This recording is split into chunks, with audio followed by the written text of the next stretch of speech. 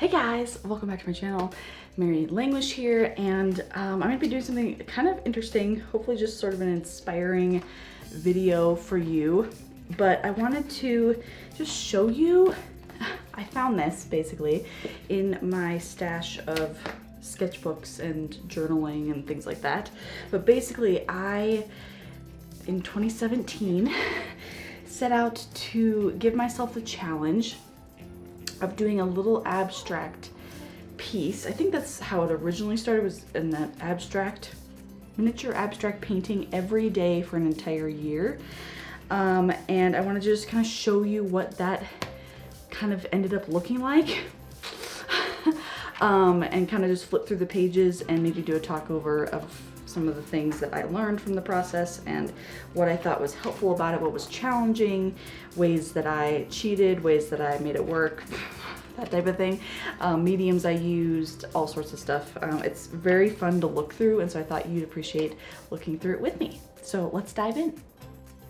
All right, so like I said, I gave myself the challenge to do a small abstract, like 2 inches by 2 inch squares each day for a year. And I also kind of journaled alongside it and put the date, etc. Again, just kept it simple. I used mediums that I had on hand, and it had to be quick. Like, I didn't want to think too much about each one. And you'll see as I go along, I use a lot of different mediums, from pencil to pens, gel pens. I loved gel pens that year. Paint, mixed media, oil pastels, paper collage, magazine pictures, all sorts of stuff.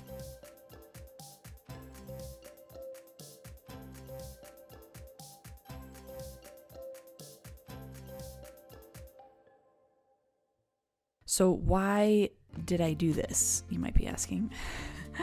It was really just to do something creative every day. I was in this sort of dry spell where I needed to have inspiration and ideas and to be actually creating work. And I thought if I gave myself this challenge that it might just kind of stretch me. And it definitely did. It was not easy to do. You really had to think outside the box because I tried not to do the same thing multiple days in a row. Or if I did, I'm just changing some things about it, like the medium or the composition or the subject matter or something. You can see here that I veered from the abstract and did more realistic things or representational.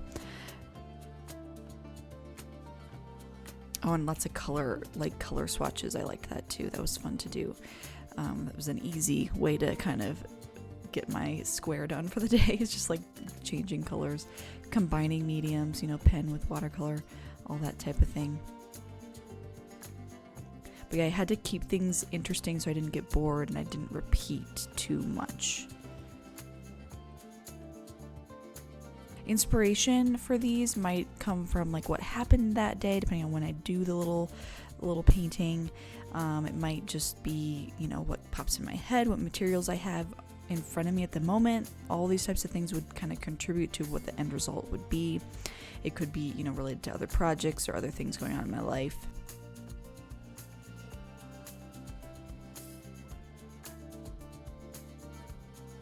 And some of these I'm really proud of. Look at that oil pastel with watercolor there. Just super fun. And some of these I hated. Some, like this floral one, would have ended up into a bigger piece or inspiration for like fabric design that I was kind of into at the time. It really just sparked ideas. These were definitely more abstracted here. Things sushi inspired here.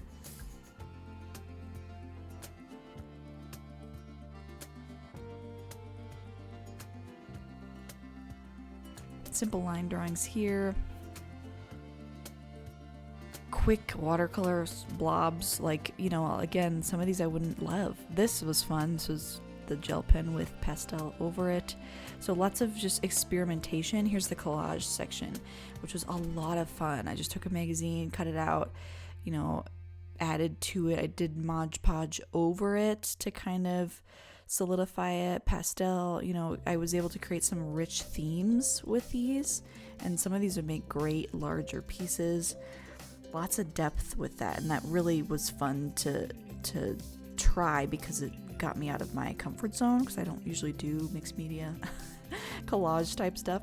And so it was just really fun to kind of experiment. And they weren't big, that's part of it, is they're really small. And so I didn't have to commit much time, much effort. I mean, these could literally take 2 minutes to do. This one you can see right here is like a series, the 3 days kind of span over 3 squares. And then kind of jumped into some people, got kind of bored, ran out of ideas basically, and did some people. Some of these are really simple pastels.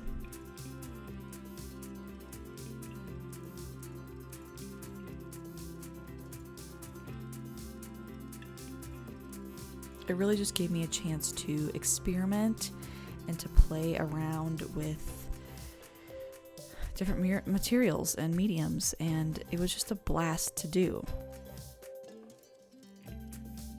How did I make it work? Daily things.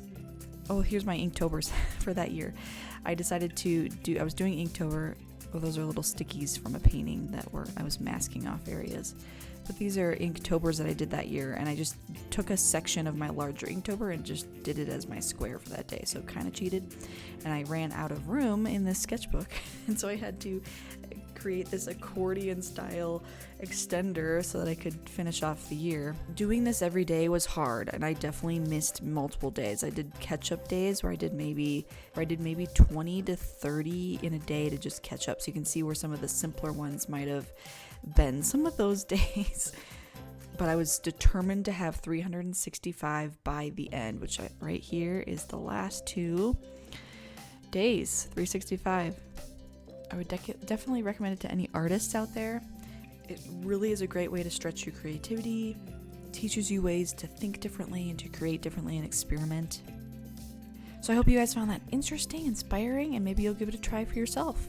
Thanks for watching. Don't forget to subscribe and like this video. All right, bye.